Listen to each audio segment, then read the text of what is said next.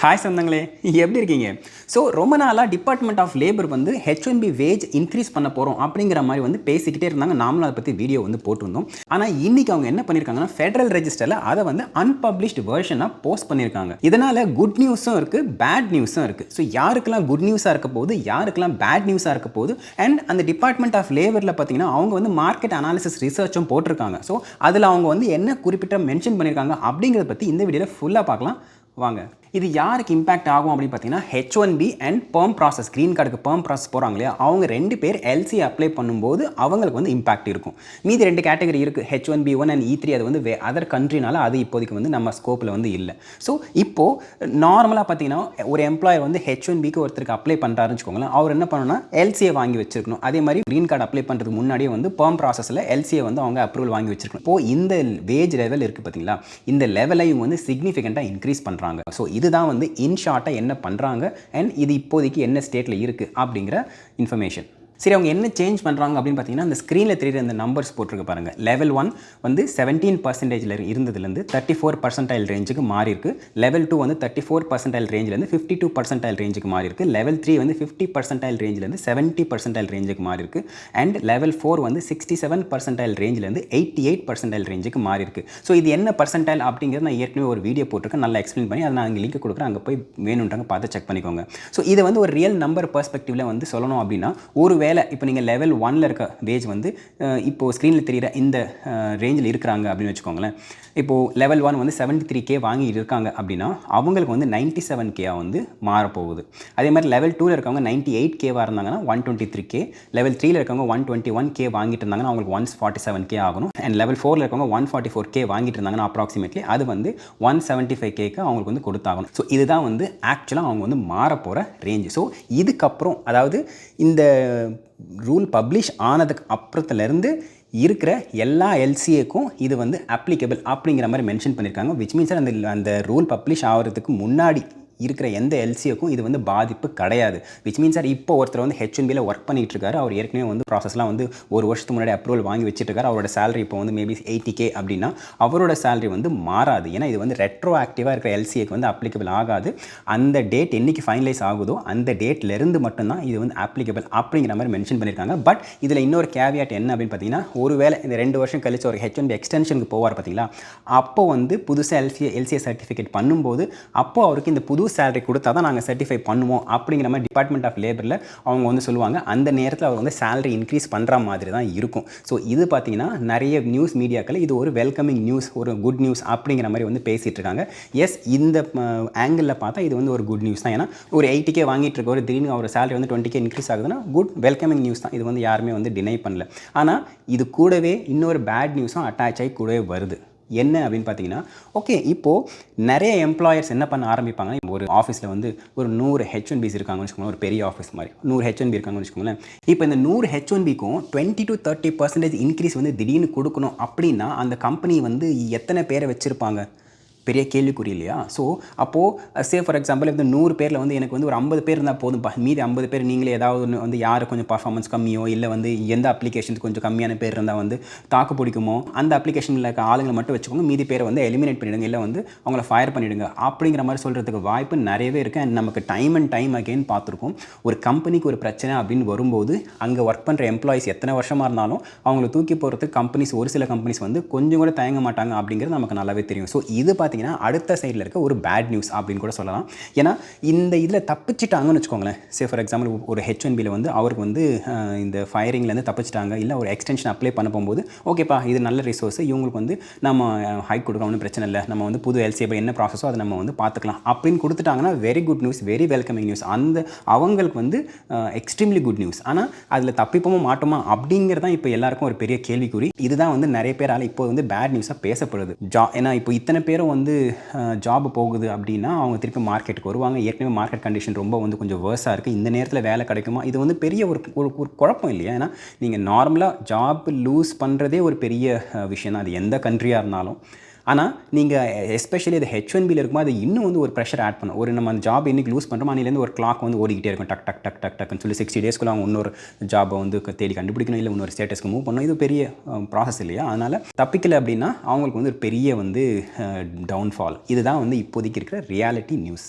சரி, இவங்க இது ஏன் பண்ணுறாங்க அப்படின்னு பார்த்தீங்கன்னா, ஆப்வியஸ்லி அவங்க சொல்கிற காரணம் வந்து மார்க்கெட் கண்டிஷனுக்கு ஏற்ற மாதிரி நிறைய கம்பெனிஸ் வந்து அந்த H1Bக்கு அந்த எல்சிஎஸ் சேலரி வந்து கொடுக்கறதில்ல, அவங்க எக்ஸ்பீரியன்ஸ் லெவலுக்கு கொடுக்கறதில்ல அப்படின்ற குற்றச்சாட்டை முன் வச்சு அதனால் என்ன ஆகுதுன்னா அந்த எம்ப்ளாயீஸ்க்கும் பாதிப்பு வருது.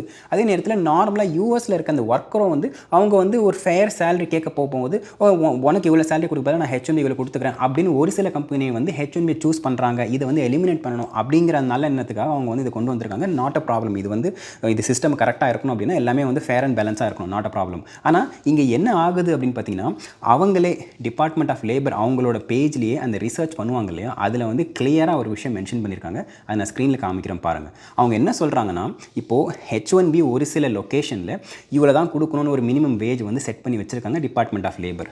ஆனால் ஆல்ரெடி அந்த லொக்கேஷன்லேயே நார்மல் மீடியன் ஆவரேஜ் வேஜ் எவ்வளோ H1Bக்கு இந்த கம்பெனிஸ் எவ்வளோ தராங்க அப்படின்னு பார்த்தீங்கன்னா, இந்த டிபார்ட்மெண்ட் ஆஃப் லேபர் செட் பண்ண வேஜுக்கு மேலே வந்து கொடுக்கணும். எவ்வளோனா கொடுக்கலாம், ஆனால் அதுக்கு குறைஞ்சு கொடுக்கக்கூடாது இல்லையா. ஆனால் இப்போ எல்லாருமே என்ன நினைக்கிறாங்க அப்படின்னா, அந்த ரேஞ்சில் தான் எல்லாரும் கொடுக்குறாங்க அப்படின்னு நினைக்கிறாங்க. ஆனால் டிபார்ட்மெண்ட் ஆஃப் லேபர் செட் பண்ண அந்த ரேஞ்சை விட நார்மலாக இப்போ அங்கே இருக்கிற H1Bs கொடுக்குற ரேஞ்சு வெல் அபவ்லேயே இருக்குது. நார்மலாக அங்கே இருக்கிறவங்களே அதிகமாக தான் கொடுக்குறாங்க. ஆனால் நாங்கள் அதை இன்னும் கொஞ்சம் மேலே கொண்டு வந்து யூஎஸ் ஒர்க்கர் ரேஞ்சு கொண்டு வரோம் அப்படிங்கிறத அவங்க மென்ஷன் பண்ணியிருக்காங்க. இது வந்து ஒரு சின்ன வெல்கமிங் நியூஸ். ஏன் அப்படின்னு பார்த்தீங்கன்னா, இப்போ நம்ம முதல்ல பார்த்த எக்ஸாம்பிளில் ஒருத்தர் லெவல் 1ல் இருக்கிறவருக்கு வந்து 73K இருக்குன்னா அவருக்கு வந்து 97K கொடுக்கணும் அப்படிங்கிற மாதிரி பார்த்தோம். ஸோ இது வந்து ஒரு எம்ப்ளாயராக பார்க்கும்போது இவ்வளோ பெரிய ஜம்பா அப்படிங்கிற மாதிரி யோசனை வருது. ஆனால் இங்கே ரியாலிட்டி என்ன இருக்குன்னு பார்த்தீங்கன்னா, ஒருத்தர் 73K கொடுத்தா போதும் அப்படிங்கிற ஒரு லொக்காலிட்டியில் இருக்கிறாருன்னு வச்சுக்கோங்களேன், அவங்களுக்கே பார்த்தீங்கன்னா வந்து 82 to 85K தான் கொடுக்குறாங்களாம். அதுலேருந்து அவங்க வந்து 97Kக்கு ஆக்கணும்னா அது வந்து மேசிவ் ஜம்ப் கிடையாது. அது வந்து ஒரு 10 to 15% ஜம்ப். அதனால் இந்த 10 to 15% ஜம்ப் வந்து கம்பெனிஸ் வந்து அப்சர்வ் பண்ணிக்க முடியும் அப்படிங்கிற மாதிரி தான் அவங்க ரீசர்ச்லேயே வந்து மென்ஷன் பண்ணியிருக்கோம். ஸோ இது வந்து பெரிய ஒரு இம்பேக்டை ஏற்படுத்தாது அப்படிங்கிற மாதிரியான வேர்டிங்ஸ் தான் அந்த இதில் வந்து மென்ஷன் பண்ணியிருக்காங்க. சரி, இது யாரை அதிகமாக இம்பாக்ட் பண்ணும் அப்படின்னு பார்த்தீங்கன்னா, ஓவர்வெல்மிங் மெஜாரிட்டி எல்லாருமே பேசுகிற ஒரு விஷயம் என்னன்னா, என்ட்ரி லெவல் பொசிஷன்ஸுக்கு வரவங்க தான் அதிகப்படியான பாதிப்பு இருக்கும் அப்படின்னு சொல்கிறாங்க. ரெண்டாவது, எக்ஸ்பீரியன்ஸ் ப்ரொஃபஷனுக்கு அப்போ வந்து பாதிப்பு இருக்காதா அப்படின்னு கேட்டிங்கன்னா, அவங்களுக்கு நான் முதல்ல சொன்ன மாதிரி தான், அவங்க எக்ஸ்டென்ஷன் போகும்போது அவங்க கம்பெனி வந்து அந்த இன்க்ரீஸ்ட் சேலரியை கொடுக்கறதுக்கு ரெடியாக இருந்து அப்ரூவல் வாங்கிட்டாங்கன்னு வச்சுக்கோங்க. அதுக்கப்புறம் அவங்க லைஃப் வந்து நாட் ப்ராப்ளம். அடுத்து பார்த்தீங்கன்னா, இந்த கன்சல்டன்சி கம்பெனிஸ், ஆனால் இது வந்து எனக்கு தெரிஞ்ச ஒரு வெல்கமிங் மூவ் தான் சொல்லுவேன். ஒரு சில கன்சல்டன்சி கம்பெனிஸ் என்ன பண்ணுவாங்கன்னு பார்த்தீங்கன்னா, அவங்க ரொம்ப லோ லெவலாக இருப்பாங்க. அவங்க ஆக்சுவலாக ஜாபை வந்து அவங்க ஆஃபர் பண்ண மாட்டாங்க. அவங்க என்ன பண்ணுவாங்கன்னா, இந்த மாதிரி வந்து H1Bs ஹையர் பண்ணி, இல்லை வெளிநாட்டிலேருந்து இந்தியாவிலேருந்து H1Bs ஹையர் பண்ணி கூப்பிட்டு வந்து அதுக்கப்புறமா ஜாபை ஹண்ட் பண்ணி அவங்களுக்கு வந்து ஒரு இடத்துல வந்து C2Cன்னு சொல்லுவாங்க இல்லையா, அதில் வந்து அவங்க ஜாயின் பண்ணி விடுவாங்க. அது லேயர்ஸ் இருக்கும். மெயின் கிளைண்ட் ஒருத்தர் இருப்பாங்க, அவங்களுக்கு ஒரு கம்பெனி இருக்கும், அவங்களுக்கு ஒரு கம்பெனி இருக்கும், அப்புறம் நான் 4th லேயராக வந்து இந்த H1B வந்து ஜாயின் பண்ணுவாங்க. ஸோ இந்த மாதிரி கன்சல்டன்சி கம்பெனிஸ் வந்து எடுத்த உடனே அவங்களுக்கு சேலரி வந்து அதிகமாக கொடுக்குற மாதிரி இருக்குதுன்னு வச்சுக்கோங்களேன். அப்போ என்ன ஆகுனா, அவங்களுக்கு வந்து ப்ராஃபிட் மார்ஜின் இல்லாமல் போயிடும். அதனால் அந்த கன்சல்டன்சி கம்பெனிஸ்லாம் வந்து ஃபீல்ட் அவுட் ஆகிறதுக்கு வாய்ப்பு இருக்குது. ஸோ அவங்களுக்கு வந்து ஒரு பெரிய மேசிவ் பேரிடி அப்படின்னு கூட சொல்லலாம். ஆக்சுவலாக போன வாட்டி இதை கொண்டு வரும்போது நிறைய லீகல் இஷ்யூஸ் இருந்துச்சு. அவங்க என்ன பண்ணாங்கன்னா, அதை ஸ்ட்ரைக் டவுன் பண்ணிட்டாங்க. பல காரணங்கள் சொல்லி அதை ஸ்ட்ரைக் டவுன் பண்ணிட்டாங்க. ஆனால் இப்போ அவங்க கொண்டு வரும்போது இந்த ரூல் வந்து கோர்ட்டில் போய் யாராவது கேஸ் போட்டு எதாவது ஸ்ட்ரைக் டவுன் பண்ணுவாங்களான்னு கேட்டிங்கன்னா, பண்ணுறதுக்கு வாய்ப்பு இருக்குது. பட் என்னோட ஆனஸ்ட் ஒப்பீனியன் நான் சொல்கிறேன். இங்கே அந்த ரூலை நீங்கள் வந்து படித்து பார்த்தீங்கன்னு வச்சுக்கோங்களேன், அது 145 பேஜஸ் இருக்குது. அதில் ஒரு பர்டிகுலர் சினாரி எனக்கு வந்து கொஞ்சம் இன்ட்ரெஸ்டிங்காக இருந்துச்சு. ஏன் அப்படின்னு பார்த்தீங்கன்னா, அவங்க இதை வந்து கொஞ்சம் அனலைஸ் பண்ணியிருப்பாங்கன்னு நினைக்கிறேன். ஒருவேளை இந்த மாதிரி கோர்ட் சிஸ்டம்லேருந்து வந்தால் இதை வந்து நீங்கள் எந்த பேசிஸ் இந்த மாதிரிலாம் பண்ணுறீங்க அப்படின்ற மாதிரி ஏதாவது வந்து ஒரு லீகல் லூப் ஹோலை வச்சு அவங்க வந்து ஸ்ட்ரைக் டவுன் பண்ணுறது வாய்ப்பு இருக்குமா அப்படின்ற மாதிரி ஆங்கிள் அவங்க யோசிச்சிருப்பாங்கன்னு நினைக்கிறேன். அவங்க என்ன போட்டிருக்காங்கன்னா, இது நாங்கள் சும்மாலாம் ஒன்று வந்து அப்படியே இதெல்லாம் அப்படி பண்ணுங்க அப்படின்னு மாற்றலைங்க, இது வந்து ப்ராப்பர் ரீசர்ச்சை பேக் பண்ணி தான் நாங்கள் மாற்றிருக்கோம் அப்படிங்கிற விதமாக இந்த பேஜை பாருங்களேன். அவங்க வந்து ஒரு பாப்புலரான ஒரு ஆல்காரிதமை யூஸ் பண்ணியிருக்காங்க. அது வந்து பிராய்டன், ஃப்ளெச்சர், கோல்ட்ஃபேப், ஷானோ, ஆனால் அந்த ஒரு ஆல்காரிதம் அவங்க வந்து யூஸ் பண்ணியிருக்காங்க. இந்த ஆல்காரிதம் என்ன பண்ணும் அப்படின்னு பார்த்தீங்கன்னா, ஃபார் எக்ஸாம்பிள் நீங்கள் வந்து ஒரு குட்டி ஸ்டோரியில் சொல்லணும் அப்படின்னா, நீங்கள் வந்து ஒரு மலை உச்சியில் இருக்கீங்க, இல்லை உங்களுக்கு கண்ணில் எதுவுமே தெரியல, ஃபுல்லாக வந்து ஃபாகியாக இருக்குது. ஆனால் நீங்கள் மலை கீழே வந்து இறங்கணும். நீங்கள் இறங்கணும் அப்படின்னா 2 வழி இருக்குது. ஒன்று வந்து நீங்களா இறங்கி எவ்வளோ தூரம் கீழே போனால் கீழே போகலான்னு கண்டுபிடிக்கலாம். இது வந்து ஸ்லோவாக இருக்கும். நீங்கள் ஒரு ஸ்டெப்பாக எடுத்து வச்சு பார்த்து போயிட்டு நீங்கள் பண்ணுற மாதிரி இருக்கும்.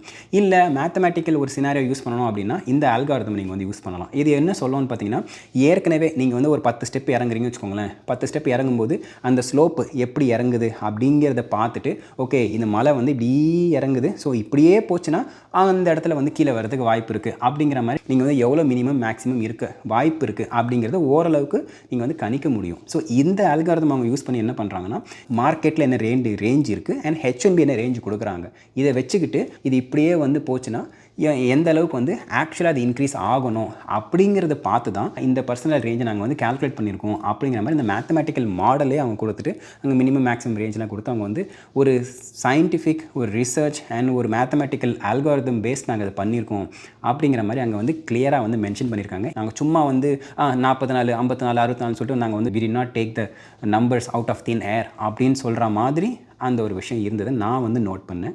ஸோ இதுதான் சேஞ்சஸில் வரப்போகிற ஒரு விஷயம். இது எப்போ வரும் அப்படின்னு பார்த்தீங்கன்னா இப்போ வந்து 60 டே கமெண்டிங் பீரியடில் இருக்குது. ஸோ யார் வேணாலும் போயிட்டு வந்து கமெண்ட் பண்ணலாம். ரூல் படி டிபார்ட்மெண்ட் ஆஃப் லேபர் என்ன பண்ணாங்கன்னா அந்த எல்லா கமெண்ட்ஸையும் பார்த்து அதுக்கு வந்து ஆக்சுவலாக அவங்க வந்து சீரியஸாக இருக்க கமெண்ட்ஸ் எல்லாத்துக்குமே வந்து இது வந்து நாங்கள் அக்ரி பண்ணுறோம் அப்படின்னா அதை சேஞ்ச் பண்ணுவாங்க. இல்லை நாங்கள் இது டினை பண்ணுறோம், இதுக்கு உண்டான பதில் நாங்கள் வந்து ஏற்கனவே ரூலில் கொடுத்துருக்கோம் பாருங்கள் அப்படின்ட்டு அவங்க வந்து ஒவ்வொரு கமெண்ட்டும் அட்ரஸ் பண்ண வேண்டியது அவங்களோட ஒரு ரூல் மேக்கிங் ப்ராசஸில் இருக்கிற ஒரு விஷயம். ஸோ இதெல்லாம் அட்ரஸ் பண்ணி வரதுக்கு 60 டேஸ் ஆகும். அந்த 60 டேஸ் கழித்து அவங்க என்ன பண்ணுவாங்கன்னா இது வந்து ஃபைனல் ரூல் அப்படின்னு ப்ரப்போஸ் பண்ணுவாங்க. அண்ட் அந்த ப்ரப்போசல் டேட்லேருந்து ஃபர்தராக இருக்க எல்லா எல்சியும் வந்து புது ப்ராசஸை ஃபாலோ பண்ணும். அதுக்கு முன்னாடி எல்சி அப்ரூவல் வாங்கி வச்சுருந்தாங்கன்னா அதை வந்து ஃபாலோ பண்ணுன்ற அவசியம் இருக்காது. இதுதான் வந்து இன் ஷார்ட் இந்த ரூலில் இருக்க ஒரு இன்ஃபர்மேஷன். ஸோ இதை பார்த்து எனக்கு தெரிஞ்ச எல்லா இன்ஃபர்மேஷன் நான் சொல்லியிருக்கேன். ஸோ இதில் நீங்கள் என்ன நினைக்கிறீங்க, இது வந்து நல்லதா இல்லை கெட்டதா, இதனால் வந்து சேஞ்சஸ் இதுக்கப்புறம் ஃபியூச்சர் எப்படி இருக்க போகுது அப்படிங்கிறத பற்றி உங்களோட தாட்ஸ் என்ன அப்படின்னு சொல்லிட்டு கமெண்ட் செக்ஷன் சொல்லுங்கள். அது மட்டும் இல்லாமல் நான் சொன்ன இந்த விஷயங்களில் ஏதாவது உங்களுக்கு வந்து 1-2 மாற்று கருத்து இருக்காலோ இல்லை வந்து நான் அதை தப்பாக சொல்லியிருந்தேன் நீ நினச்சிருந்தாலோ தாராளமாக அதையும் வந்து கமெண்ட் செக்ஷன் சொல்லுங்கள், தெரிஞ்சுக்கலாம். அண்ட் இதே மாதிரி இன்னொரு வீடியோ சந்திக்கிறேன். அது வரைக்கும் தேங்க்யூ டாடா, take care, bye bye and சொந்தம் தொடர சப்ஸ்கிரைப்.